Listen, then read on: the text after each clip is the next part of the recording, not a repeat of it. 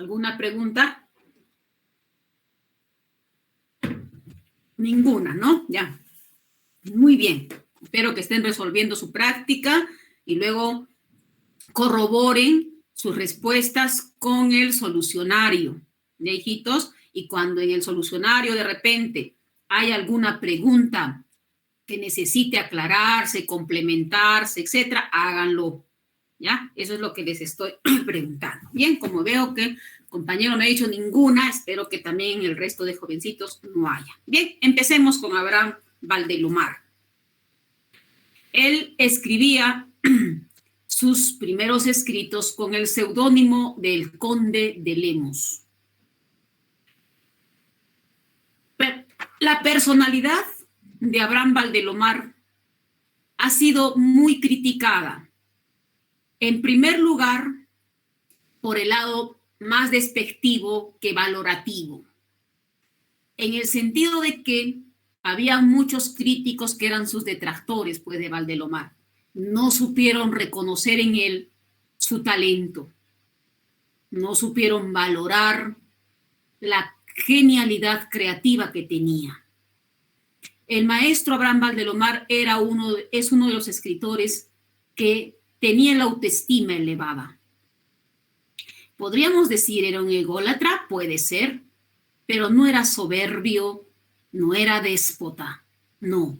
Sí tuvo que asumir en algún momento una postura, ¿no?, frente a un contexto que lo invitaba a asumir ese comportamiento tanto de soberbia, ¿verdad? Pero sabía con quiénes comportarse de esa manera, que a continuación, en el desarrollo de la lección, voy a ampliar en ese aspecto. Ya sabía con quiénes, pero era un joven modesto que tenía un profundo amor a la patria. Cuando le veían los detractores el título o el seudónimo del Conde de Lemos, decían que el maestro Abraham Valdelomar quería pertenecer a un linaje noble, ¿no? Quería, mostrar cierta casta, y no es así. No es así, ¿verdad? No era un alienado el maestro Abraham Valdelomar. Entonces, para explicar de alguna manera por qué Abraham Valdelomar se había puesto un seudónimo, primero hay que partir por esto. Es elegir.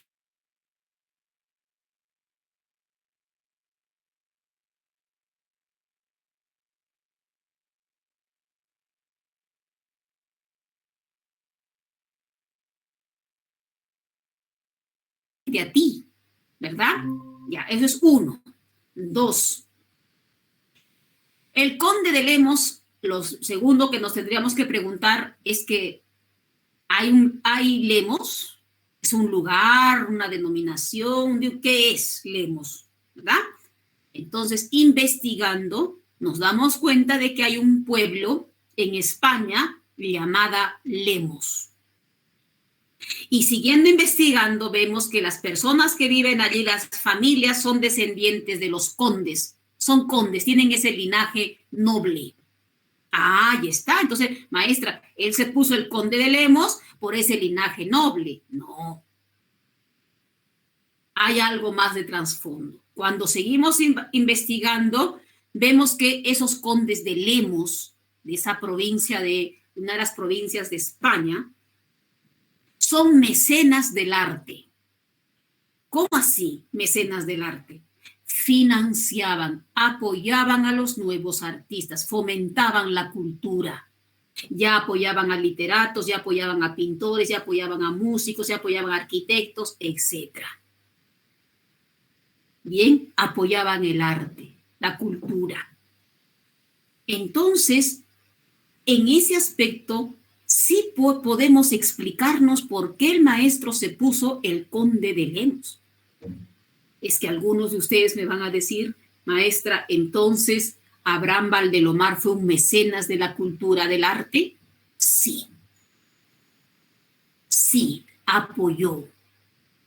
En primer momento, aperturó un espacio para los literatos. Lima era un espacio cerrado para los escritores que venían de afuera. Los intelectuales limeños, círculos muy cerrados, no los miraban. Para ellos no existía Vallejo, no existía Hidalgo, no existía nadie, ni Valdelomar. ¿verdad? Entonces, cuando Valdelomar crece en Lima, asume esa postura, apertura ese espacio. Es allí donde va a ser acogido el maestro Hidalgo, va a ser acogido Abraham Vallejo, etc. Eso es uno. Dos, dignifica la carrera de escritor. Abre un campo laboral para los escritores. El periodismo empezó con los escritores, los literatos. ¿Listo? Y eso lo abrió también el maestro Abraham Valdelomar. A continuación también lo voy a desarrollar. Fomentó, difundió la obra de Guren, difundió la obra de Hidalgo, difundió la obra de Vallejo. Recuerden que él es el líder del movimiento colonida. Entonces sí fue un mecenas del arte, de la literatura. Ese seudónimo lo pinta de cuerpo entero. ¿Listo? Entonces, por eso el conde de Lemos. Eso es uno que le vamos a quitar a sus detractores que hablaban cosas que no tienen ningún tipo de cabida en este momento, por ejemplo, ¿no? Solo resaltar ese aspecto. Muy bien. Acuñó esta frase que según sus biógrafos nos dice: el Perú es Lima, Lima es el jirón de la Unión y el jirón de la Unión es el Palais Concert y el Palais Concert soy yo. O sea, si Lima es el Perú, entonces el maestro Abraham Valdelomar será el Perú. Eso es lo que nos quiere decir allí, ¿no? Ahora, ¿eso es cierto? Vamos por partes. El Perú es Lima, lo diría en un momento de furor. Era una personalidad, todavía era joven Valdelomar. Joven. El Perú es Lima. Pero cuando ya retorne de allá, de Italia, maduro, dirá no, el Perú no es Lima, es más grande. Y eso lo vamos a ver también con su obra. En lo referente que al Perú soy yo, prácticamente se está diciendo, ¿no? Si Lima es el Perú, el Palais Concert es él, el Palais Concert es él, entonces si el Palais Concert es el jirón de la Unión y el jirón de la Unión es Lima y Lima es el Perú, quiere decir que el Perú es él. Y ahí no vamos a decir que no, ¿no? Es sí, el Perú es Valdelomar. Es Valdelomar, su obra representa al Perú. Y también eso lo vamos a conseguir, nos vamos a responder en el desarrollo de la lección. ¿Listo, hijos? Muy bien. Vamos a conocer entonces a este peruano profundo que llevó en la sangre a nuestra nación y valoró a lo nuestro y a los nuestros. Pasemos a conocerlo. 27 de abril de 1888 nace en una pequeña caletita llamada San Andrés de los Pescadores, Pisco, región Ica. Estos espacios, San Andrés, Pisco, serán los espacios de la literatura del maestro Abraham Valdelomar. Ahí se desarrolla el cuento El Caballero Carmelo, que es el que vamos a analizar. ¿verdad? Muy bien. Sus padres, Anfiloquio Valdelomar Fajardo y Carolina Pinto. Estudió sus primeros años en la ciudad de Pisco y luego será en Chincha, para luego concluirlos en Lima en el Colegio Nacional Nuestra Señora de Guadalupe en 1904. Su padre trabajaba en el ferrocarril y es así que lo cambian para Lima. Para ese momento, el maestro Abraham Valdelomar no conocía Lima, no había salido de su Pisco querido. Y en ese instante, asistiendo a este colegio, que es una gran unidad, donde venían pues a matricularse todos los que iban para Lima, los del norte, del centro y del sur se matriculaban allí. También obviamente asistían ahí los limeños, ¿no? Pues era una gran unidad donde también los extranjeros, si venían, se matriculaban en ese colegio. Es un colegio emblemático en Lima. Y cuando asiste Abraham Valdelomar acostumbrado a la vida campechana, le resultó curioso y extraño cómo allí se dividían en dos grupos, los limeños y los provincianos. Los limeños los miraban con cierto desprecio, cierto alejamiento a los provincianos igual, los miraban igual, ¿no? ¿Qué es esto?, dijo Abraham Valdelomar. ¿Qué pasa? ¿Qué es esto? ¿Cómo así se separan acá los grupos? Entonces, le resultaba curioso, algo que no le tomó importancia a Abraham Valdelomar, ¿no? ¿Qué es esto, pamplinas? ¿Y por qué? Porque recuerden que en el campo, jovencitos, en la parte rural, todos se conocen, ¿no? Todos se conocen, ahí se saludan todos, comparten, ¿no? Ya, buenos días, paisano, ¿cómo está? ¿Qué tal? ¿Qué dicen las vacas? ¿Qué dice la chacra? ¿Qué dicen los hijos, los nietos, los sobrinos? Dicen, ¿no? Allá en la chacra, en el campo, todos nos conocemos, ¿verdad? Es mucho más cercano. Aquí en la ciudad ya ni nos saludamos, ¿no? Solamente con el más cercano, ¿no? Obviamente, pues es grande y aquí vas a conocer no a todos. Entonces, se pierde esa integración de la comunidad. Entonces, allá, a Valdelomar, por eso le resultó, pues, extraño y raro, ¿no? Cada uno segmentado por su lado, y en mi tierra no es así, ¿no? Esa es la frase que se solía pasar, ¿no? Bueno, las jovencitas también, solamente limeñas, la miraban a los blanquiñosos limeños y así, ¿no? Sin embargo, el maestro Abraham Valdelomar era un morenaje iqueño costeño, ¿verdad? Bien, bueno, para ese momento no había para Valdelomar importancia alguna en ese hecho, solo le resultó curioso. Así que dijo, no me importa, es cada uno con sus cosas, no. Él ya escribía sus fragmentos de cuentos, sus poemas, sus ensayos, sus discursos, etc. Y ya escribía. Y crea, como escolar allá en el colegio Nuestra Señora de Guadalupe, La Idea Guadalupana, su revista La Idea Guadalupana. Esta revista daría inicio a su carrera de escritor. Allí publicaría fragmentos de cuentos, sus poemas, algunos discursos, etc. Cuentan que los días lunes, días de formación, el maestro ya recitaba, ya disertaba algo, ya narraba, relataba, y dice que los profesores se quedaban con la boca abierta admirando a Valdelomar. Era un joven muy elocuente. Daba gusto escucharlo. Todos esperaban a verlo a Valdelomar. Había nacido el papu de los papus de la literatura. No es así como los llaman, hijos, usted. Tengo que utilizar pues sus términos, ¿no? Tengo que utilizar sus términos, pues, de lo que son los papus, pues, ¿no? Los men, ¿no? Había nacido. Y las jovencitas limeñas, ya los blanquiñosos limeños ya no lo miraban, se habían vuelto oscuros. ¿Por qué? Porque este moreno iqueño brillaba con luz propia.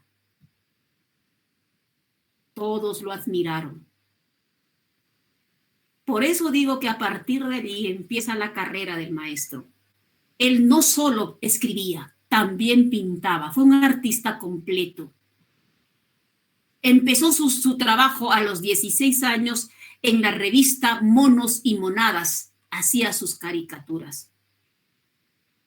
Para los 17, 18 años no había revista, periódico en Lima que no se disputara la pluma de Abraham Valdelomar. Y allí radica precisamente eso de la dignificación de la carrera de escritor. Pero ¿cómo, maestra? ¿Por qué se disputaba? Los empresarios de los periódicos y de las revistas, que eran los únicos medios de comunicación en ese momento, porque también se hubiesen disputado allí, la televisión y la radio se hubiese ido.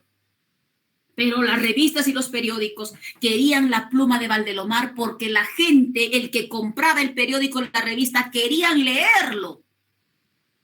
Querían leer a Valdelomar. Entonces, al publicar ese periódico, esa revista, se vendía como pan caliente, pues, hijos. Ha escrito Valdelomar. ¿Y a qué empresario no le va a interesar eso si lo que necesita es vender? La Nación, el Comercio, todos, ¿no? Compraban y vendían, pero por doquier las revistas. Y ahí se convierte, pues, la profesión de escritor en algo pagado, en un trabajo. Eso se llama dignidad, dignificó la carrera de escritor, a eso me refiero, no es que nos menospreciaban, no, ya tuvieron nuestra valía, nació ese campo laboral remunerado y fue al único escritor que le pagaban bien, pues. Después entró a trabajar en Uren, Vallejo, etcétera, no los demás, ¿no? Pero era el maestro Abraham Valdelomar. Por eso digo, pues, que es el papu, ¿no? Porque no cualquier escritor ha tenido el furor del maestro. Estudió letras en la Universidad Mayor de San Marcos. No concluyó sus estudios en la Universidad Mayor de San Marcos. Algunos detractores dicen que sacaba ceros, que tienen las tarjetas, que no iba, que no terminó, que no es universitario, se inventa una serie de tonterías. Pero la verdad es la siguiente: sí ingresó a la Universidad de San Marcos, no terminó su carrera en la Universidad de San Marcos, no porque no podía, no tenía tiempo. Trabajaba en tanta revista y tenía que pintar en la revista Monos y Monasio, no tenía tiempo. ¿Es que acaso escribir, hijos, es algo fácil? Lo primero que tiene que saber un escritor primero es el lenguaje. Tiene que conocer al revés y al derecho el lenguaje. Esa es la materia prima de un escritor. Segundo, leer. Leer de todo. De todo, leer de todo. Culturizarte, tener un bagaje cultural de todo. De ciencia, de matemática, geografía, biología, culturas, historia, todo. Tenía que leer. Por eso nos ha dejado lo que nos ha dejado Valdelomar. Entonces fue un autodidacta. Por eso ya no pudo ir a la San Marcos, no tenía tiempo, se retiró. Y su formación fue un autodidacta. Y como ustedes pueden recordar, hijos, desde Edmundo de los Ríos, Guamampoma, González Prada, Eguren, todos autodidactas. Curioso, ¿no? ¿Es que acaso, maestra, entonces para los literatos la universidad no interesa? No es que no interese la universidad es campo superior en el que nos debemos formar, pero para el ámbito de las artes, hijos, un diploma no le da la valía para un artista, ni para literato, ni para músico, ni para pintor, no lo da, pues. Un literato es lo que es por sus libros, un pintor es lo que es por su pintura, un músico es lo que es por su instrumento. Un diploma no mucho, en las artes no. Con esto no quiero decir que no estudiemos, sí, que logremos tener nuestros títulos, porque esas son las convenciones de nuestro mundo laboral, que necesitamos tener nuestro cartón, ¿no? Como licenciado, luego con magíster, con doctor, perfecto, eso no hay problema, pero no determina tu valía. Por ejemplo, en el caso de ustedes no va a determinar su valía, su nivel profesional, su calidad profesional lo van a determinar ustedes y el otro, el cartoncito, lo va a certificar. ¿Listo? Muy bien. Sigamos. Así fue lo del maestro.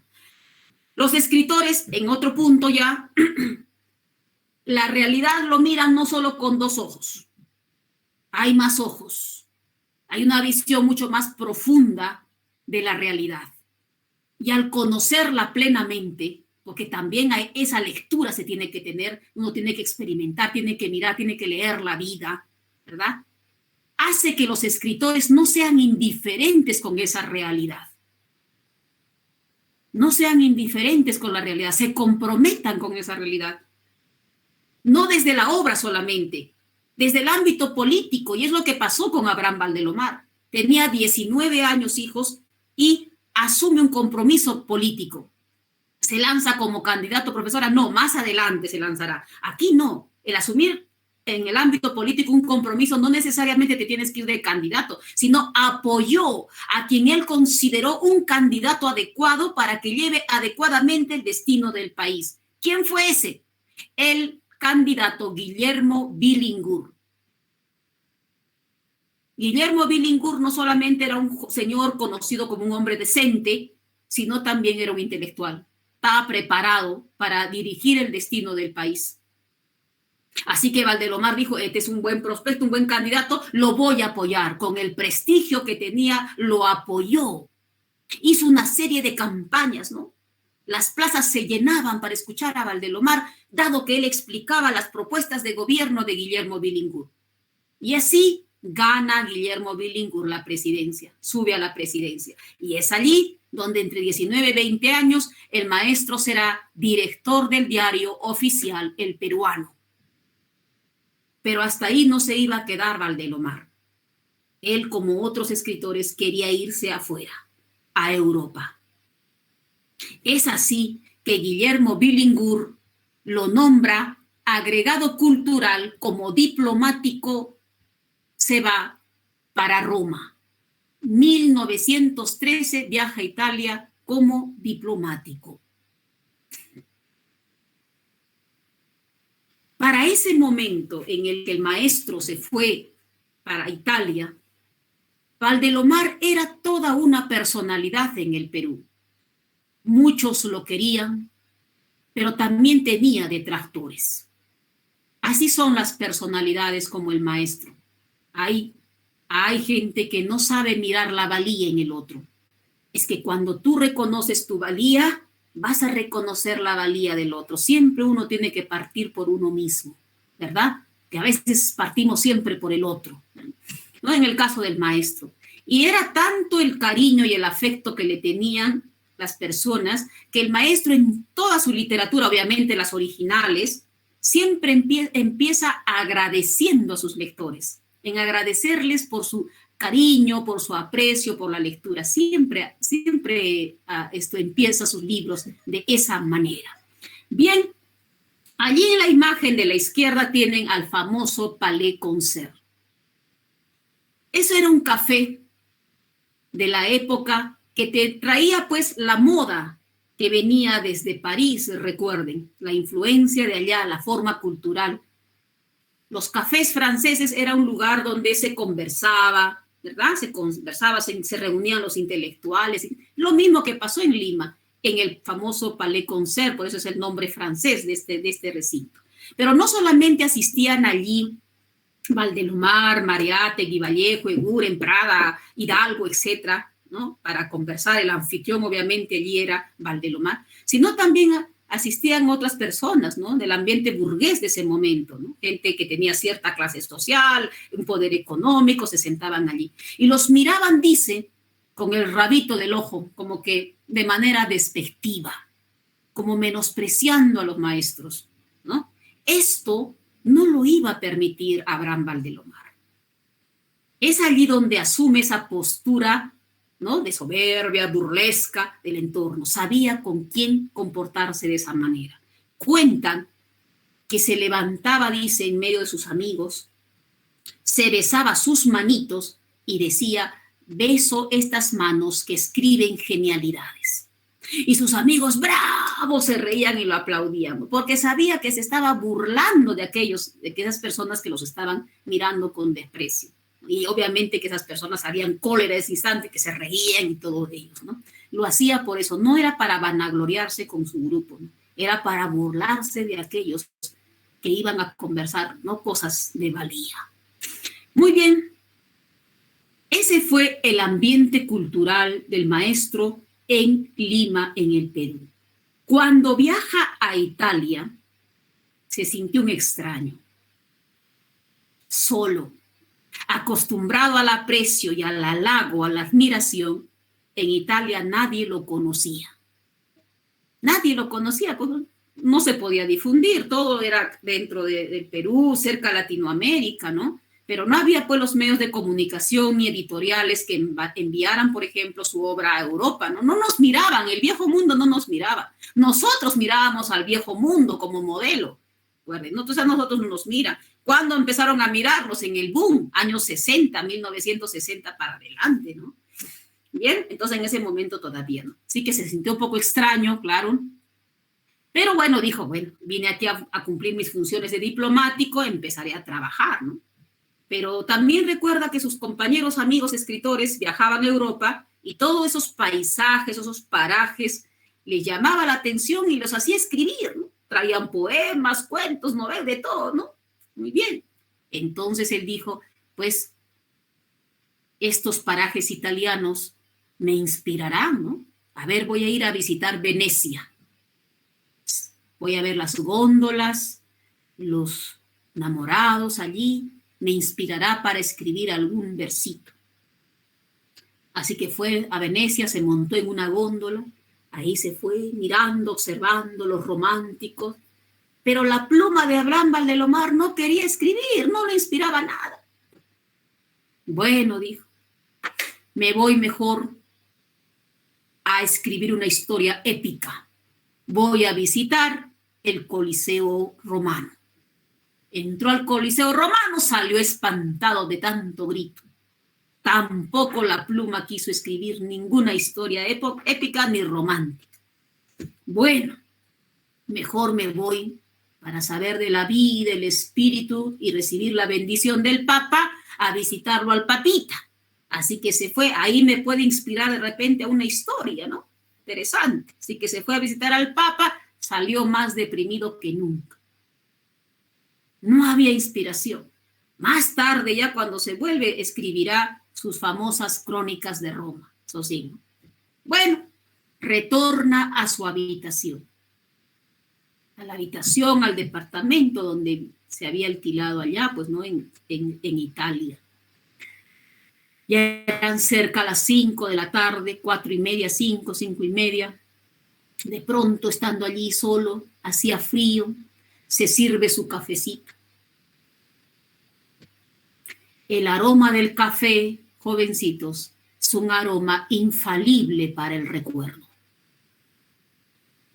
Es así que su cabecita, su corazón, sus recuerdos, todos se trasladan hacia una pequeña caletita de Pisco, San Andrés de los Pescadores, Perú. Se recuerda de su madre, de su familia, allí en Roma. Y le lleva a escribir una carta a su mamá. En esa carta dice lo siguiente: madrecita, es una tarde muy fría en Italia. ¿Cómo me gustaría estar allí contigo? ¿Te acuerdas, mamita, cuando nos recibías, nos servías un cafecito con nuestro pancito con mantequilla? Nos juntabas a mis hermanos, a mí, nos contabas de tu vida, nos charlabas, conversábamos, luego te parabas, me sobabas mi cabecita, me dabas un besito en la frente y me decías que me amabas. Esa carta tierna de añoranza le hizo recordar la integración familiar, el calor de hogar a Abraham Valdelomar allí en Roma. Se acordó de su familia y de lo que vivía en él. Miren, hijos, la obra del maestro Abraham Valdelomar nos va a hacer recordar ello. Hace tiempo, ya no es práctica de estos tiempos, entre 4:30, 5:30 de la tarde se llamaba la hora del lunch, que ahora creo que solamente lo escuchamos a través de la radio en esas tardes de lonchecito, creo que en Radio Amor o Radio Felicidad, creo, ¿no? Recordando, añorando esos viejos tiempos aquellos en que las familias se reunían a ese momento porque el papá llegaba del trabajo y la mamita decía, ya llegó tu papá, ya. Entonces preparaba un tecito, un cafecito o una mazamorrita o un arroz con lechito y reunía a los hijos y podíamos conversar. Ahí podíamos conocer del abuelo, de la abuela, de cómo se conocieron nuestros padres, de qué planes tenían para la vida y también nos escuchaban todo lo que soñábamos. Era una maravilla ese calor de hogar, hijos. Que ahora, con la obra del maestro Abraham Valdelomar, vamos a rescatar, vamos a fortalecer la integración de nuestra familia. No todo el valor lo tiene lo económico. Hay otros valores que hay que rescatar. Y que miren, la pandemia, si el mundo no cambia, el universo lo mueve. La pandemia es un mal, pero ese mal trajo el encierro y en el encierro se encuentra la valía, porque allí ha propiciado que muchas familias se integren, se conozcan. En algún momento los padres han conocido a sus hijos, en otro momento los hijos han conocido a sus padres. Y algunos quizás entre los padres se han trenzado y algunos han comprendido que pueden seguir juntos y en otro momento han comprendido que es necesario separarse para ser felices. Eso es lo que se debe rescatar. Dice que no hay mal que por bien no venga y creo que eso bueno trajo la pandemia. La integración familiar. Y eso es lo que el maestro añoró allí, en Roma. Nuestra forma de comportamiento familiar, lo nuestro. Pero no solo ello, recordó allí. También recordó al amigo de la infancia, que es otro valor que no debemos olvidar. ¿Qué haría la humanidad si no hubiera la amistad, hijos? Si no tuviéramos amigos, ¿cómo sería nuestra vida? Porque después de la familia, el amigo está ahí presente, ¿verdad? Allí en Roma recordó al amigo de la infancia. Cuenta que su hermano el mayor, el Roberto, se había ido a trabajar muy lejos y que después de mucho tiempo retornó a visitar a la familia. Y cuando se retornaba, también hay que recordarlo, ¿no? Cuando se iba a visitar a alguien, siempre se traía algo del lugar donde vas. Eso es parte de nuestras costumbres. Cuando visitas a un amigo, siempre ya llevas pastelitos, ya llevas una mano de plátano, ya llevas tostadito, ya llevas quesito, ya llevas choclitos, ya llevas papitas. Así era. No sé si ahora, pero hay que rescatarlo. O ya llegas con pancito, ¿no? Para tomar un tecito. Esas son nuestras costumbres. Cuenta que su hermano Roberto trajo una serie de regalos para todos. De pronto pone en la mesa y dice, este es un regalo para el papá, una jabita. En esa jabita estaba un animalito, que cuando abrió la puerta, ese animalito salió, estiró las alas y se puso a cantar. A ese amigo de la infancia, el maestro en Europa lo inmortalizó. ¿Quién es?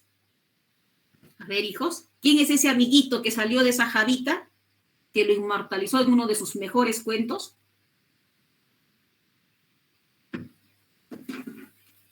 Que supongo lo han leído para hoy día, ¿no?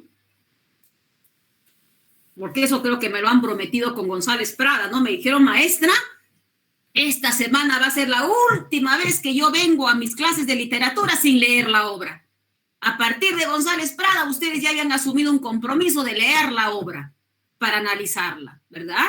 Hay que cumplir el compromiso, pues es un peruano, el peruano es comprometido, luchador, ¿sí? Muy bien. Un gallito, dice, ¿cuál gallito? ¿Cuál gallito? ¿A qué gallito lo inmortalizó allí? ¿Cómo se llama ese gallo? El caballero Carmelo. El maestro escribió este cuento en Italia.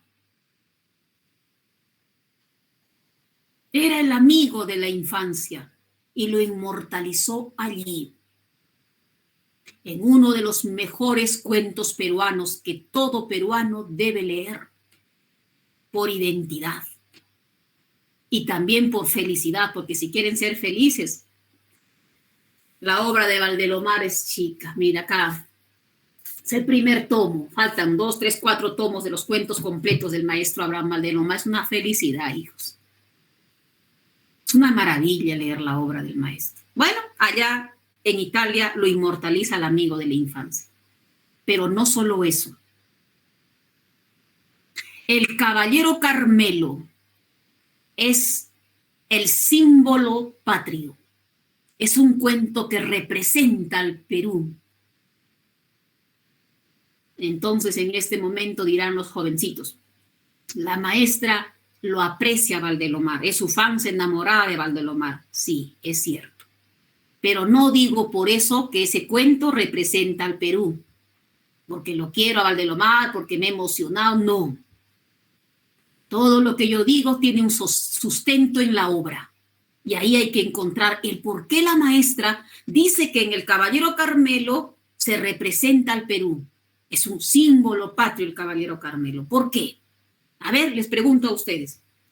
¿Por qué?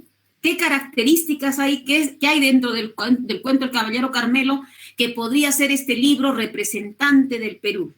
Un símbolo patrio. A ver, nos adelantamos con el meollo del asunto, ¿no? A ver, hijitos, ¿por qué el Caballero Carmelo, cuento, representará al Perú?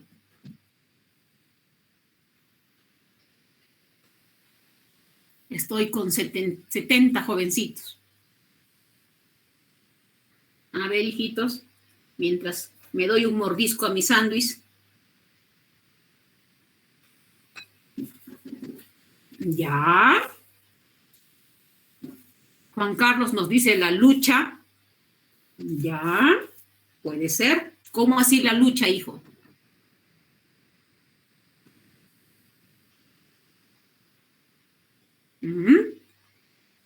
¿Por qué el Caballero Carmelo representa al Perú? ¿Por qué podría ser considerado un símbolo patrio?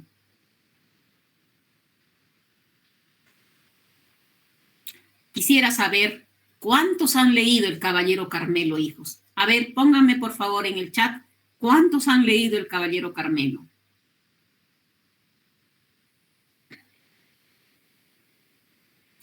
La lucha del gallo Carmelo, su sobrevivencia, dice Juan Carlos. Ya. Luis Pablo ha leído yo, dice un hito, más con Juan Carlos serían 2. ¿Cuántos más han leído? ¿Cuántos más han leído? Nadie más, ¿no? Ah, yo también, dice Juan Daniel. Gracias, Juan Daniel. Adela, Patricia, yo. Yo. Digamos 10, digamos 11, digamos 12. A ver, jovencitos de los 12 de la isla, diríamos, ¿no?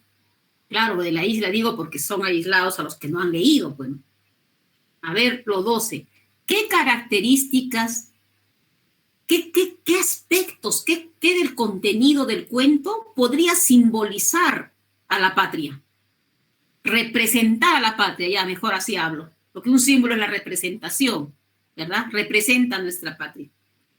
Nos ha acercado un poquito su compañero cuando dice la lucha de la sobrevivencia, dice. Bueno, es algo, ¿no? Algo, ya vamos a ver ahí, ¿ya? La perseverancia, o sea, quiere decir que todos los peruanos somos perseverantes, eso está en nuestra condición, nuestro comportamiento. ¿Verdad, Briseida? Puede ser. ¿Ya? Muy bien. ¿Qué más? ¿Qué lo representaría? ¿Qué simboliza el cuento? Bueno, aparentemente mejor lo hago yo, ¿verdad? Ya, poco a poco, a la siguiente etapa ya ustedes lo van a hacer, ya hasta van a aprender hasta Abraham Valdelomar, hijitos, ya hasta Abraham Valdelomar aprenden, ya a partir de César Vallejo para adelante, ya ustedes van a estar más preparados, ¿ya? Muy bien. Les hago la pregunta de todas maneras. ¿Qué día, qué fecha se suscita el enfrentamiento entre el Caballero Carmelo y el Ajiseco? A ver.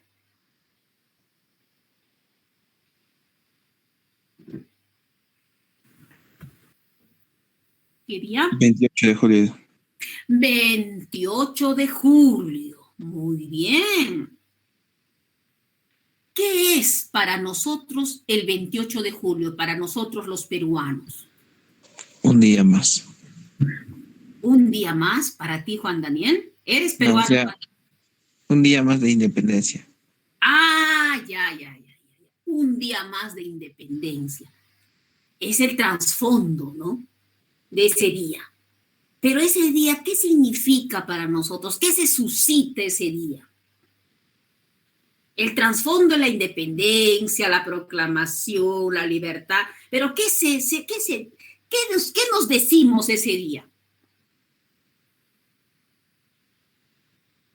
¿Qué nos decimos ese día, corazones?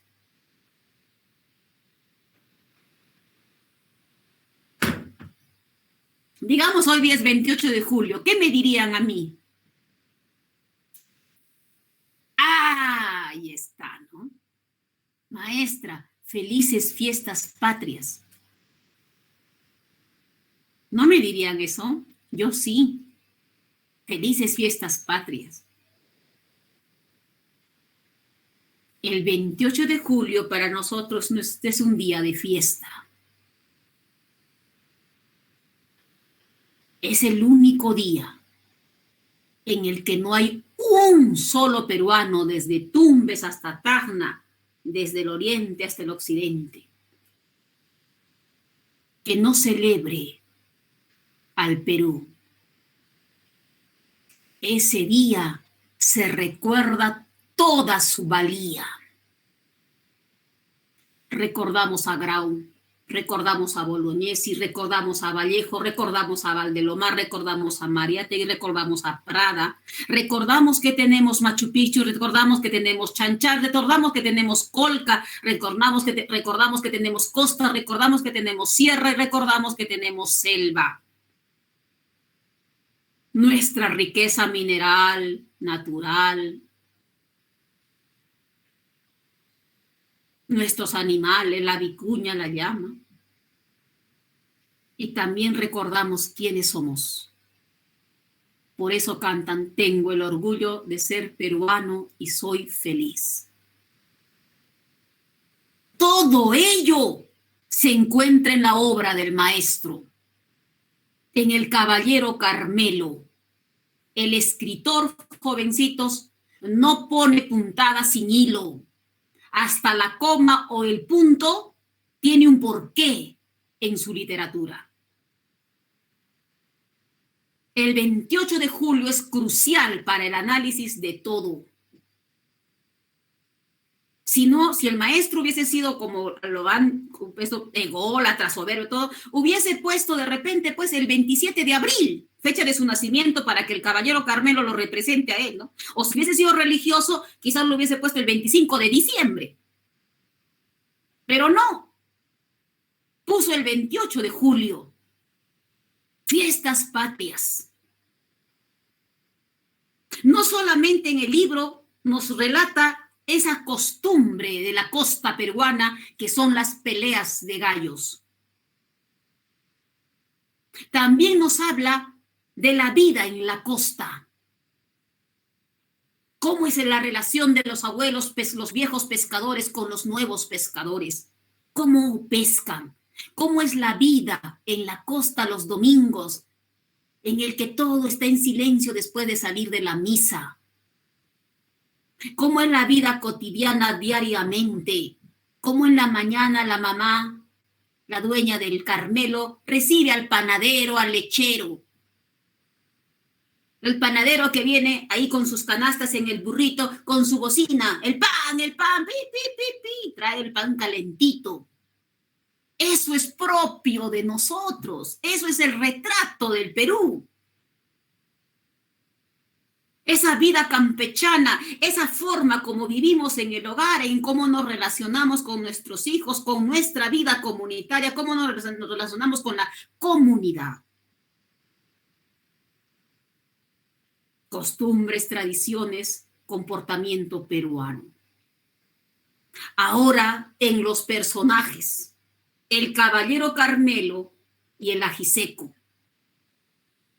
Ambos allí, el maestro utiliza la figura literaria personificación, los personifica, se humanizan estos dos gallos, se humanizan, porque al hacer personificación tienen características humanas. En primer lugar, el protagonista, en este caso el Caballero Carmelo. Desde caballero ya le da dos connotaciones. Una, caballero, esos caballeros medievales que luchaban por su patria, por su dama y por su Dios. Defendían el honor, ¿verdad? Eran caballeros. Y el caballero de la elegancia, de la decencia, de la caballerosidad.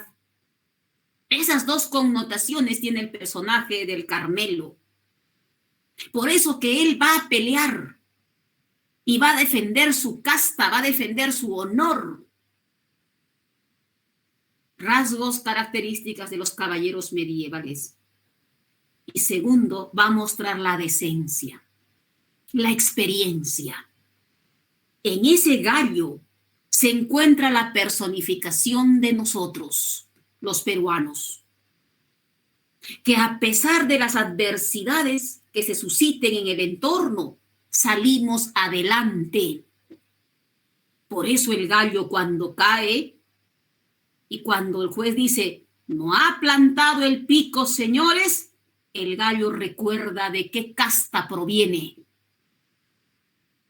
Y como recuerda quién es, se levanta y arremete contra el ajiseco.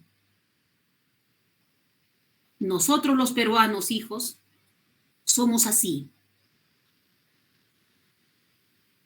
En este momento en Latinoamérica, el país que está saliendo adelante económicamente es el Perú. A pesar de tener las autoridades que tenemos, el peruano lucha por sacar adelante a su patria. Mi madre decía, solamente el peruano ocioso, hijita, muere de hambre. Porque somos creativos, somos ingeniosos, no las buscamos. Somos luchadores. Por eso cuando su compañero puso la lucha, sí, en ese aspecto, somos luchones. Me acuerdo que algún momento viajé a Lima, ingresé a estudiar un pequeño cursito en una universidad cara. Cuando salimos al recreo, quise irme a comprarme un sándwichito ahí a la cafetería y veía pues que está muy caro, ¿no? Entonces mis amigas me dijeron, no te preocupes, Marisol, no compremos acá, está muy carito, ¿no? Vamos afuera. Ay, afuera sí. Salimos. Afuera, ¿qué había? Ya camotitos fritos, ya platanitos fritos, ya choclito con queso, ya papi. Una maravilla. El peruano lucha, hijos. Sale adelante, saca adelante. Y seguimos así, a pesar de que elegimos a cada impresentable, nosotros ponemos el punche. Y en este tiempo, si vas bien, no hay que desmerecer al ministro de Economía, ¿no? Muy bien, está haciendo su trabajo. Pero eso es aporte, pues, de un peruano decente. Porque el peruano es decente, luchón. Eso somos, hijos. Y eso debemos recordar. Eso es lo que nos muestra el maestro. Y ahora el ajiseco, entonces, maestra, son los enemigos. No, el ajiseco también representa al peruano joven. ¿Es que acaso los peruanos jóvenes no tienen energía, no tienen soberanía? Piensan que por su juventud pueden hacerlo todo, ¿no? Tienen que aprender del maestro de la experiencia, eso sí. Pero es parte de nuestra forma de comportamiento, es parte de... ¿Listo? Entonces el maestro, en el Caballero Carmelo, muestra todos esos valores. Ese profundo amor que le tuvo a la patria, a lo nuestro y a los nuestros. Por eso diremos que el Caballero Carmelo simboliza la patria. Es un símbolo patrio ese cuento, hijos. Por eso que todo peruano debe reconocerse allí. Y el maestro en Europa escribió para el Perú. Miró al Perú, resaltó al Perú. Y es por eso que Valdelomar sí es el Perú. Hace poco nomás, Mario Vargas Llosa dijo, yo también soy el Perú. No. No, el maestro Valdelomar no solo mostró a través de su obra, asumió un compromiso con el país, desde todo plano. Vargas Llosa, no.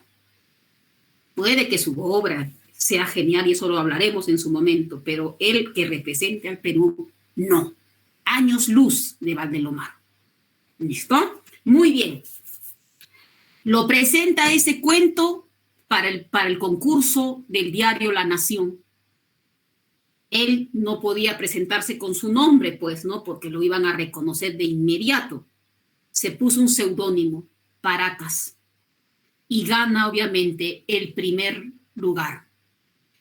Gana un fabuloso premio económico, un diploma que sus amigos, creo que es Kim More, creo, uno de ellos guarda porque él venía de Italia, y el dinero lo dona al Sindicato de Obreros Panaderos, el primer sindicato de trabajadores obreros en el Perú. Le dona a ellos. Recuerden que en ese tiempo ya se había generado, ¿no?, desde el impulso de la motivación del maestro González Prada. Bien, en el Perú se suscitaba un golpe de Estado. Derrocaban a Billingur. Lo sacaron de la presidencia Billingur. Al enterarse Valdelomar allá de ello, dijo, bueno, nada tengo que hacer aquí. Han traicionado a mi amigo, así que renuncio a la diplomacia. Fue leal con la amistad con Billingur. Se vino para el Perú, retornó. En el camino, obviamente, fue visitando algunos lugares como Estados Unidos, y de toda esa experiencia vivida allí, sacará sus famosos cuentos yanquis. Y de Roma traerá pues sus crónicas de Roma, ¿no?, que es lo que ha escrito por ahí. Muy bien.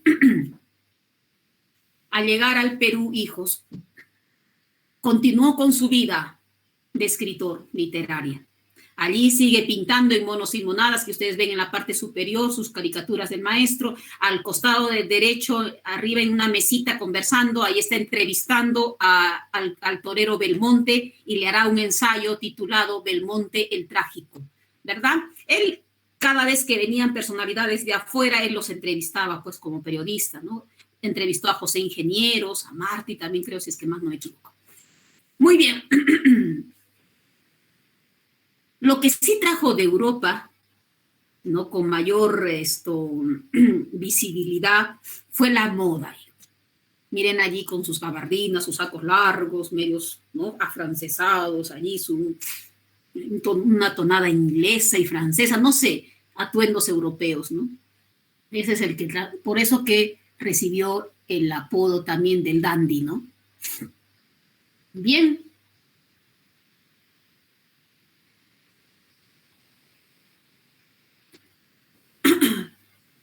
Madura.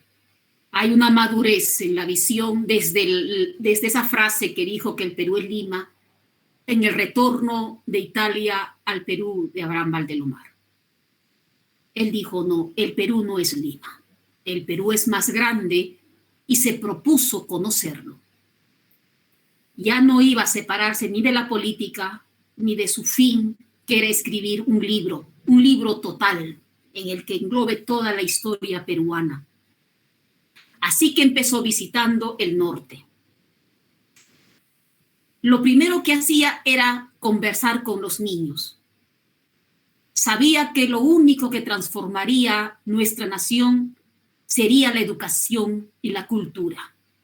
Por eso fue a visitar, conversar con los niños, motivarlos. Conversaba con los padres de familia. Los niños lo apreciaban, los padres les encantaba escuchar al maestro, pero también los niños eran atraídos por esta pequeña maquinita que trajo de Europa. Esa maquinita que tenía que colocarle como una especie de ruedita, de cuerdita, para que haga pasar pues las filminas, ¿no?, las imágenes que trajo de Europa. Entonces esa maquinita era curioso para los niños, ¿no?, que en ese momento pues recién estábamos recibiendo los primeros inventos que venían de allá, ¿no? En este momento sería el cañón multimedia, ¿no? Pero en ese instante era solamente con fuego, con una mechita, ¿no? Bueno, pasaban las imágenes y los niños estaban pues maravillados de todos esos parajes europeos dados por el maestro que había traído de allí. Bien, pero no solamente con ellos se reunía cuando iba a cada uno de los pueblos, ¿no? En los teatros, allí el maestro también hacía los conversatorios, los congresos. Y estos lugares de conversatorio con Valdelomar era pagado. Entonces allí asistían pues los que tenían su dinerito y querían verlo a Valdelomar. Este dinero lo recobraba el maestro para pagar su pasaje, para su manutención obviamente, y algún dinero lo donaba a los padres de familia para las bibliotecas escolares. Bien. ¿Llegó a Arequipa? Sí. 1917. Llega a Arequipa. Obviamente que, ¿quién lo va a recibir? Los claustros agustinos, pues. La Universidad de San Agustín. Él lo va a recibir a Abraham Valdelomar allí en San Agustín. Ahí va a recibir a los jóvenes del Colegio Independencia Americana, a los universitarios, etcétera, con quienes va a conversar. Es el momento también en el que el maestro Alberto Hidalgo, con 19 años que había terminado de escribir su panoplia lírica, le pedirá a Abraham Valdelomar que lo prologue, y lo va a prologar, ¿no? Con su exégesis estética va a titular el prólogo a ese libro. Bien, así fue su pasaje por todos los pueblos. En el ámbito político, el maestro se lanza como candidato a diputado por el centro. En ese tiempo se elegía, ¿no?, diputados ya sea por el norte, centro y sur. Esa era la manera, la división política en el Perú en ese instante. Así que él se le lanzó como diputado por el centro. Asistiendo a un congreso en Ayacucho, sufre el accidente donde va a acabar con su vida.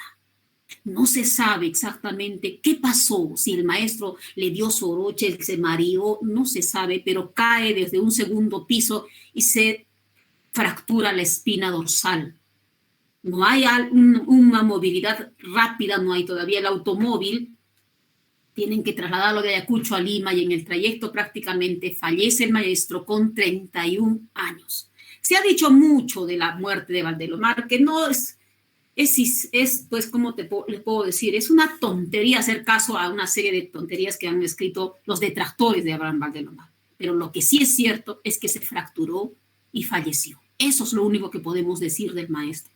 31 años tenía, muy joven. Quizás hubiese sido nuestro primer premio Nobel, ¿verdad? Pero bueno, así es la vida. Pero para los 31 años había escrito de todo. Nos deja abundante literatura el maestro. Bien, la imagen que ustedes observan allí entre Valdelomar con su ponchito, su chullito y el quero, es la fotografía que hizo para su libro Los hijos del sol. El maestro dirá lo siguiente: yo soy aldeano y me crié a orillas del mar, viendo mis infantiles ojos de cerca y permanentemente la naturaleza.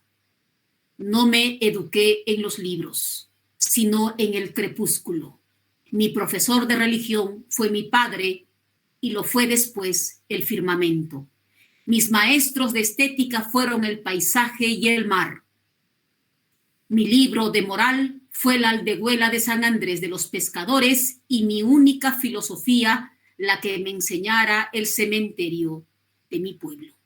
Yo dejé el pueblo amado de mi corazón a los 9 años. Abraham Valdelomar. Muy bien.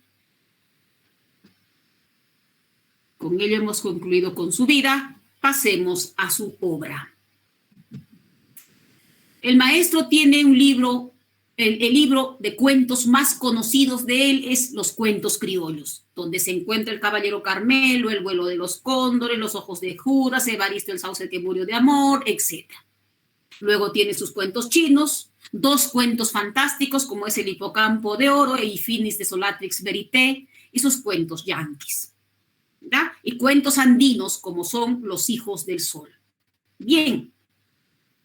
En lo referente a los cuentos chinos, pensarán que el maestro quizás viajó a China, como igual con los cuentos yanquis. No, el maestro sí conoce toda la cultura oriental, lo conoce al dedillo, tanto así que lo utiliza en El hipocampo de oro, ¿no? Pero bueno, pero estos cuentos chinos no se refieren tanto a la cultura oriental, sino hay una referencia, sí, pero lo que se refiere son a esos cuentos en el que te vienen a tomar el pelo, pues, ¿no? No me estarás contando un cuento chino, a ese tipo de cuentitos se refieren estos cuentos chinos. ¿Bien? Hay suma importancia en las características de sus cuentos criollos, sobre todo en 3, en la trilogía, Caballero Carmelo, El vuelo de los cóndores y Los ojos de Judas. ¿Qué los relaciona a estos libros? En primer lugar, el personaje protagónico, que es un niño. Por primera vez en la literatura, el niño sube a la palestra literaria. Se convierte en personaje protagónico. En El Caballero Carmelo es el niño, el amigo, el dueño del Carmelo, quien va a contar la historia, ¿no? Es el protagónico de esa historia. En El Vuelo de los Cóndores también va a ser un niño, un jovencito de 11, 12 años, ¿verdad? Y una niña. En el caso de Los Ojos de Judas también es el niño. ¿Listo? Eso es uno. Dos, las costumbres. Las fiestas costumbristas o las costumbres cotidianas en el pueblo, en la provincia. En el caso del Caballero Carmelo, esa vida en la costa, esa vida familiar, la unión familiar, esa vida campechana, nos comentan allí, las costumbres de la pelea de gallo, etcétera, ¿verdad? Muy bien.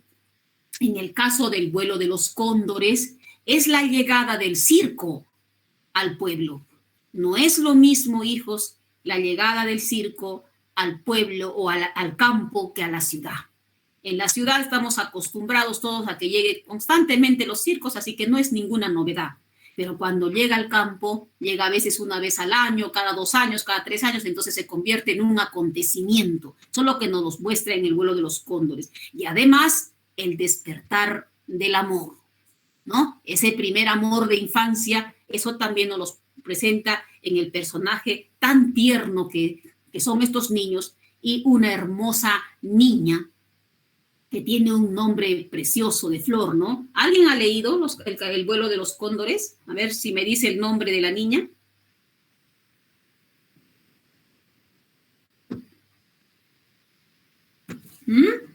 ¿Alguien me dice, hijitos? Javier Pierito había dicho, hay talento, solo falta apoyar a Arco, ¿no? Hay talento, hijo. En el Perú hay talento. Falta apoyo desde la familia y desde los políticos, ¿no? Muy bien. ¿Alguien? Creo que... ahí está, gracias, Marcela. Miss Orquídea, así se llama el personaje, ¿no? Cuenta que el niño escucha bulla, sonido de tambores, aplausos, vivas. De pronto sale corriendo y ve que la caravana del circo se acerca. Había llegado el circo al pueblo. Entonces, mira, y los malabaristas, los payasos y una serie de personajes del circo invitando para que vayan obviamente al circo. De pronto los ojos del niño se van a posar en una niña. En esa pequeña jovencita de cabello rubio que mandaba besos por doquier. No se le desprende obviamente los ojitos, la acompañan, el circo, la caravana pasa. Él retorna a la casa, motiva a todos, invita a todos para ir al circo, y aquí el maestro describe de manera magistral cómo se arregla el traje de domingo, todo guapetón, se va al circo. Pasa una serie de números cuando de pronto el presentador dice, señores, en este momento tenemos el número del trapecio, el vuelo de los cóndores, y es allí donde hace ingreso Miss Orquídea. Hace una venia y les envía un beso a todo el público y de pronto empieza a columpiarse de trapecio en trapecio, cuando una de sus manitas va a resbalar. Cae la niña. Todo el circo grita, bueno, ¡ay! Lo miran, el niño la ve a la niña, rápidamente la acuden, pero un hilo de sangre corría por la boquita de la niña. Como es el circo, la función tenía que continuar. Miss Orquídea está recuperándose. Uno de esos días, el niño va por las casitas del bulevar. En una de esas casitas está sentada en una sillita, ¿no?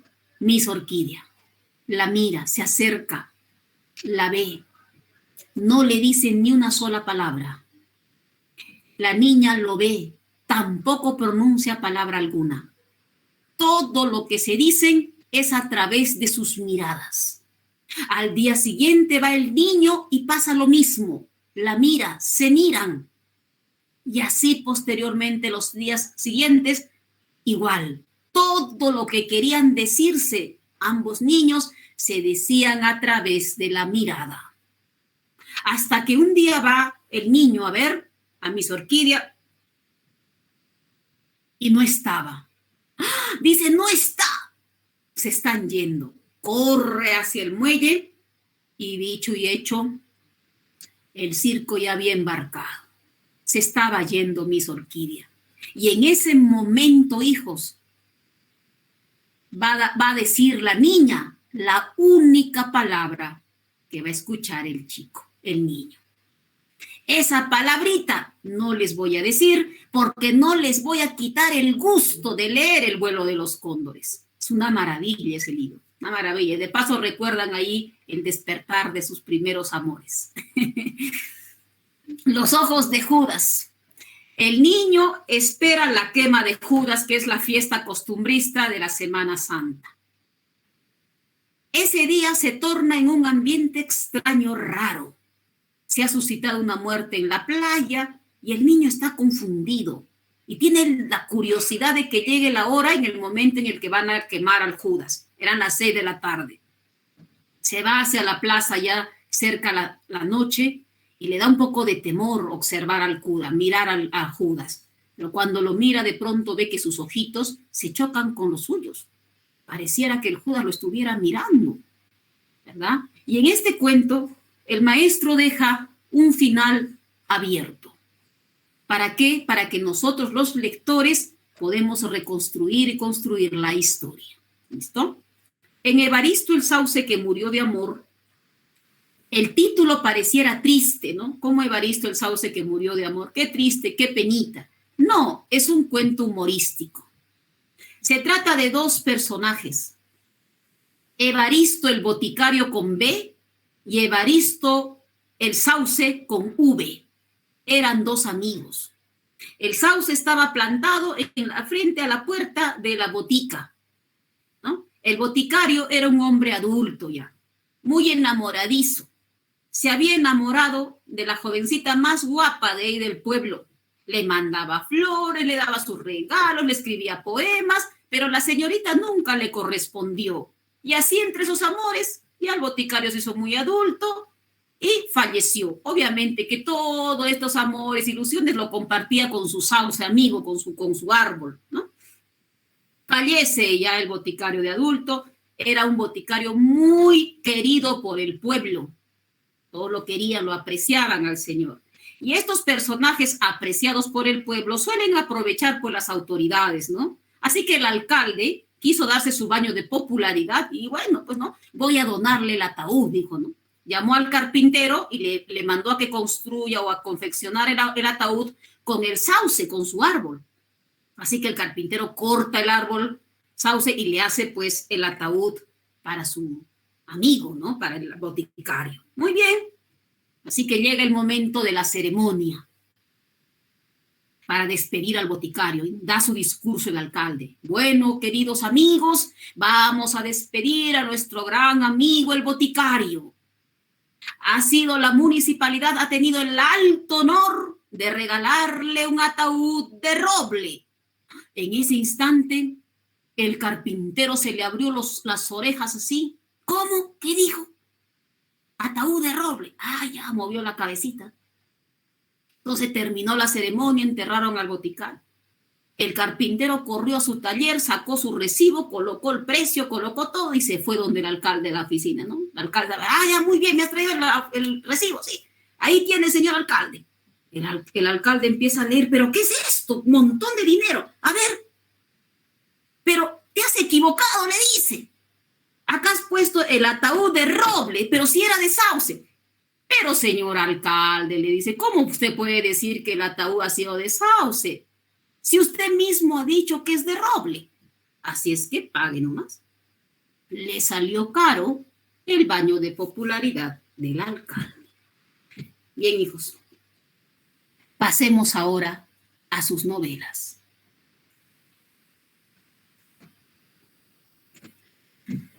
Para las novelas he escogido dos, hay más obviamente. La ciudad de los tísicos, que es una de sus novelas más relevantes, dado que nos muestra allí la realidad, no solamente desde el ámbito físico, del hambre, de la pobreza, sino también de la mediocridad. Eso es lo que nos presenta en la ciudad de los tísicos.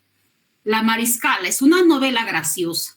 ¿Por qué? porque está basada en la biografía novelada de doña Francisca Zubiaga de Gamarra, la esposa del presidente Gamarra. Cuentan la historia de que la señora era prácticamente la que gobernaba el país y que solamente su esposo firmaba lo que ella ordenaba. Y esto pues no se le podía pasar a la pluma de Abraham Valdelomar, ¿no? Así que la llamó la Mariscala y le hizo su novela. En estos tiempos recuerden quién es la señora Mariscala, ¿no? Recuerden al Cosito Humala. Él creo que podríamos escribir allí una segunda Mariscala. Bueno, en lo referente a sus entrevistas, Valdelomar le hace una entrevista al Señor de los Milagros. Curioso, ¿no? Cuenta así que una mañana Valdelomar se va a la iglesia de las Nazarenas. Toca la puerta, tac, tac, tac, le sale a recibir el monaguillo. Buenos días, señor, le dice. ¿A quién busca? Le dice el monaguillo.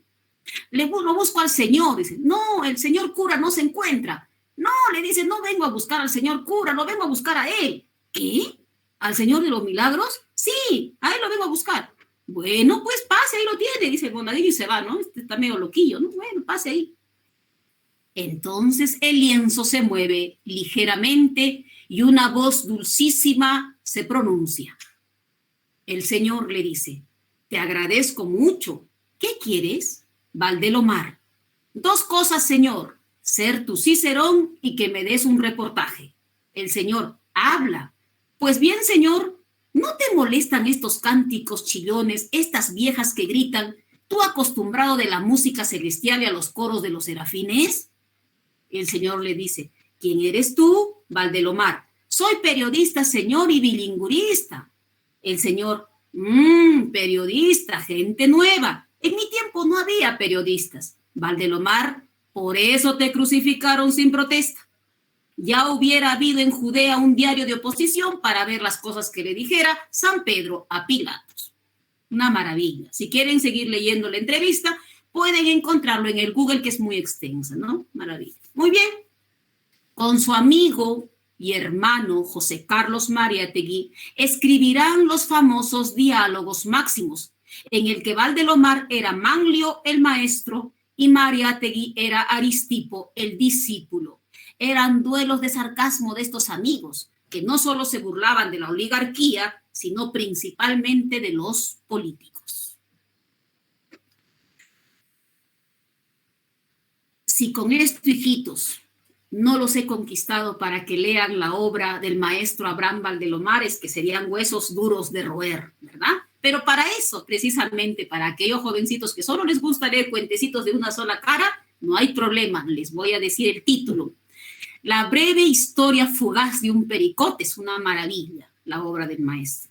Bien, los invito a que puedan disfrutar y ser felices, porque creo que este gran maestro tuvo no solamente la genialidad al describir, sino que pareciera que sus obras tomaran vida propia. Ubiquemos al maestro en su contexto histórico, inicios del siglo XX, ¿verdad? 1918 fallece, entonces 1900 a 1918. En ese tiempo gobernaba la oligarquía, ya lo saben, el centralismo limeño como siempre, el inicio de la clase media, la aparición de sindicatos, las reivindicaciones sociales, la concentración de las tierras de los latifundistas en el norte, se mantuvo el centralismo en Lima y la primacía de la costa, inicios, recuerden, del movimiento obrero peruano, el auge de la ciencia, la tecnología, la industria, en América, en la parte cultural nace el modernismo, ¿verdad? Y ese momento se suscita una intensa vida cultural en el Perú. Están vivos los grandes maestros. Por eso diremos también que esta época representa la literatura de oro del país. Vivía González Prada, Ricardo Palma, José Santos Chocano, maestros que reconstruyeron y levantaron de las cenizas al país. Pero no solamente fueron estos grandes maestros, sino un joven maestro que tenía el nivel de estos grandes, Abraham Valdelomar. Bien, con él iniciará también ese nuevo pie, esa nueva forma de escribir que se llamará la vanguardia con el movimiento colonidad. En la parte de avances científicos, de inventos, etcétera, se verá la llegada del primer automóvil en el Perú. Por eso ahí dice el insólito debut del primer automóvil en Lima. ¿Listo? Muy bien, ese fue el momento histórico en el que el maestro escribió.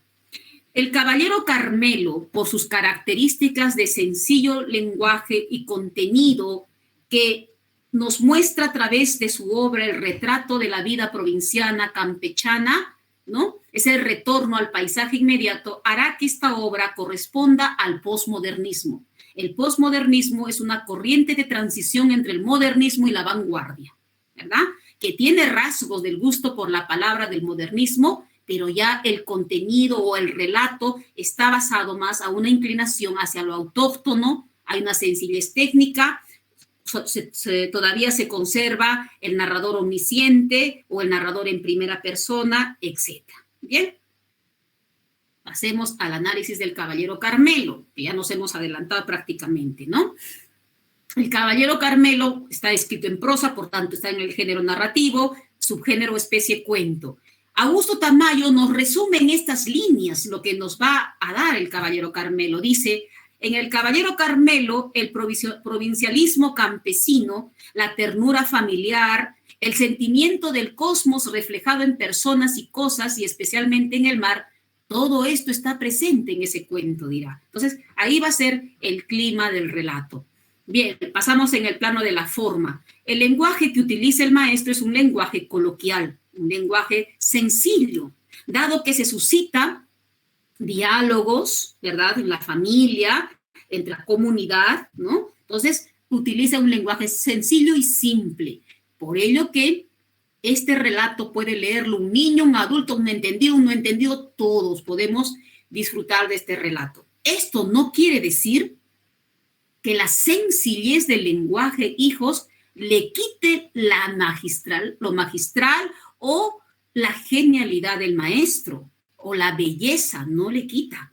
No solo la ostentación, como eran los modernistas, muestra la belleza, ¿no? En la simpleza, en la sencillez también se encuentra la belleza. Y es por ello que el maestro maneja magistralmente el idioma, ¿ya? En lo referente a la estructura del caballero Carmelo es segmentada, ¿dado por qué? Porque está dividido en capítulos, recuerden, 6 capítulos.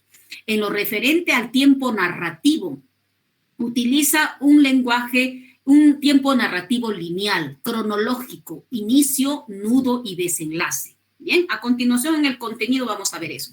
El estilo es un estilo propio, original.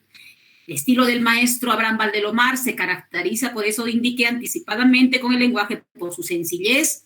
Es directo y alejado de todo adorno retórico. No tiene la abundancia y la ostentación de los modernistas. Por eso este cuento es un posmodernista. Bien, buscó sus temas en lo cotidiano y lo humilde. En el cuento se resalta la descripción, no solamente del protagonista que he puesto aquí como ejemplo, sino de los espacios donde se suscita, de personajes, de momentos. Y aquí radica la genialidad, por eso que el maestro Abraham Valdelomar es uno de los mejores cuentistas que ha tenido el país, porque al hacer uso de adjetivos para describir, en escritores el usar 3 o 4 adjetivos resulta muy rimbombante, muy molesto, no logra el objetivo. Sin embargo, Valdelomar utiliza más de 6 adjetivos y logra el objetivo de hacernos imaginar, de hacernos vibrar, ¿no? De compenetrarnos con el cuento. Allí radica la genialidad. Pareciera que su obra, como les dije, tomara vida propia y no nos suelta hasta el momento de terminarla. Eso no lo consigue cualquier escritor. 1, 2, cuentan que Valdelomar no utilizaba borradores. Los maestros como Vargas Llosa, Gabriel García Márquez y otros, Ribeiro, etcétera, corrigen su obra para publicar. Sacan una serie de cajones de borradores.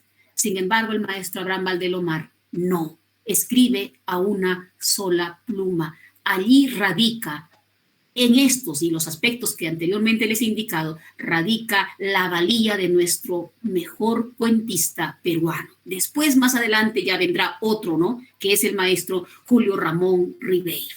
Bien, hijos, por ejemplo, aquí en la descripción del protagonista, cuando nos habla del gallo, el Carmelo dirá, es esbelto, musculoso, altivo, caballeroso, prudente, orgulloso y valiente. Nos muestra la parte física, lo tierno del gallo y nos permite apreciarlo y mirarlo, imaginarlo, ¿no? Asimismo, describe a cabalidad la actuación de sus personajes, ¿no?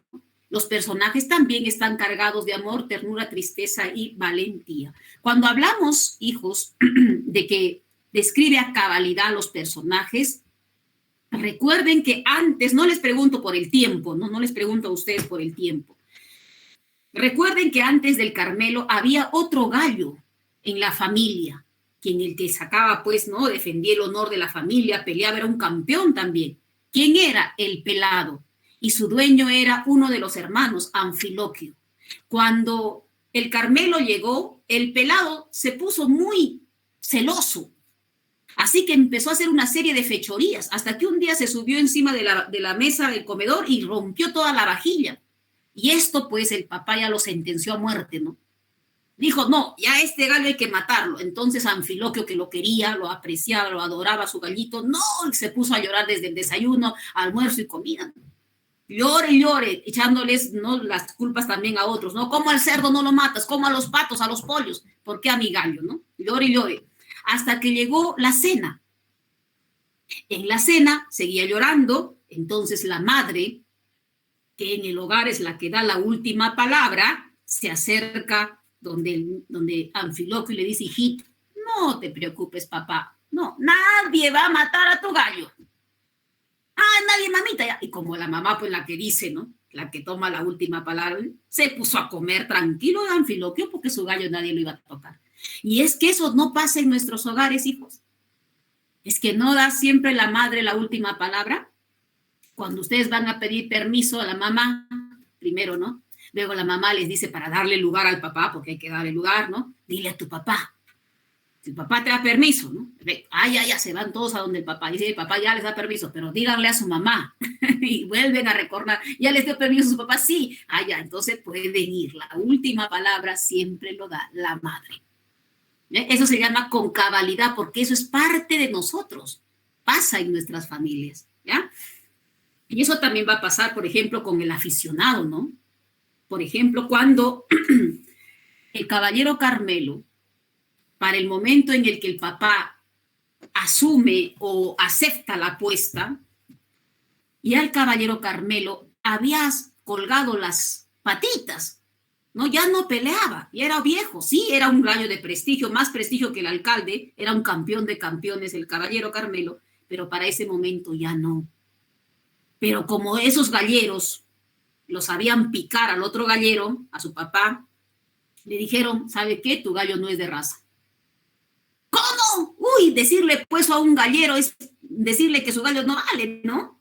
¿Cómo mi gallo es de raza? Le dice. Entonces, pues que peleé con el ajiseco. Bueno, aceptó.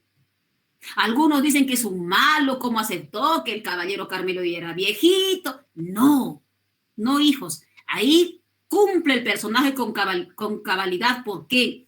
Porque en los aficionados, en los señores que son aficionados de pelea de gallos, no puede ver ese tipo de actitud. Ellos siempre defienden con el honor a la familia. Entonces ahí no hay de que es viejito, no, él tiene que dar su último aliento allí, hasta va a dar la vida por defender a su casta, su honor, ¿verdad? Su raza. ¿Listo? Entonces por eso que el papá asume. Claro que la familia se va a poner triste, ¿no? Cuando lo va a llevar al gallito, porque ya sabe que de repente va a ser la última pelea.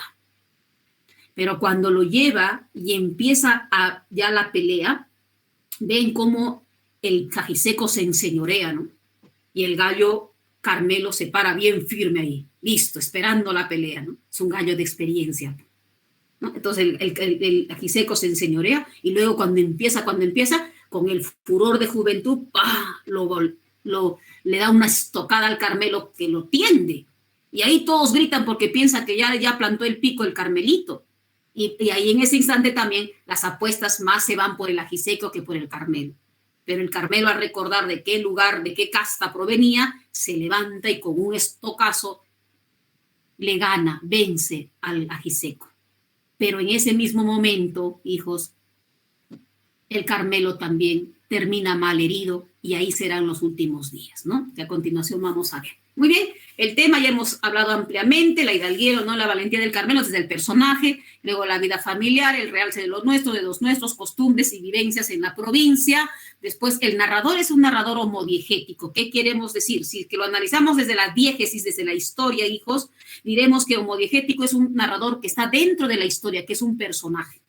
¿Ya? El heterodiegético es el que está fuera de la historia, no es personaje. ¿Ya? Y dentro de ese narrador homodiegético, como es un personaje, a veces este personaje o es protagónico o asume otro tipo de posición, ¿no? En este caso, en un primer momento narra en primera persona, por tanto sería un protagónico, y en otro momento narra en segunda persona, entonces sería el testigo, ¿verdad? Muy bien, y es el niño, pues el niño, el personaje que no tiene nombre, ¿no? Y que narra, el amigo del Carmelo. Personajes, el Carmelo como personaje principal, pero la familia allí también serían los protagonistas, ¿no? El pueblo, todo. Y los antagonistas sería el ajiseco y su dueño, ¿no? El espacio es Pisco, la caleta de San Andrés, la casa y la cancha de pelea, etcétera. Lo demás ya lo indicado. Ya bien, un segundito más, hijitos, para que concluyamos ya con la parte final del Carmelo, ¿no? Que cuando ya es llevado a la casa después de haber triunfado en la pelea, ya el Carmelito está mal, ya no recibe alimento, ya nada. Solamente un día de ellos se para y de pronto el gallo dice, se incorporó, acercóse a la ventana, miró la luz y estuvo largo rato en la contemplación del cielo.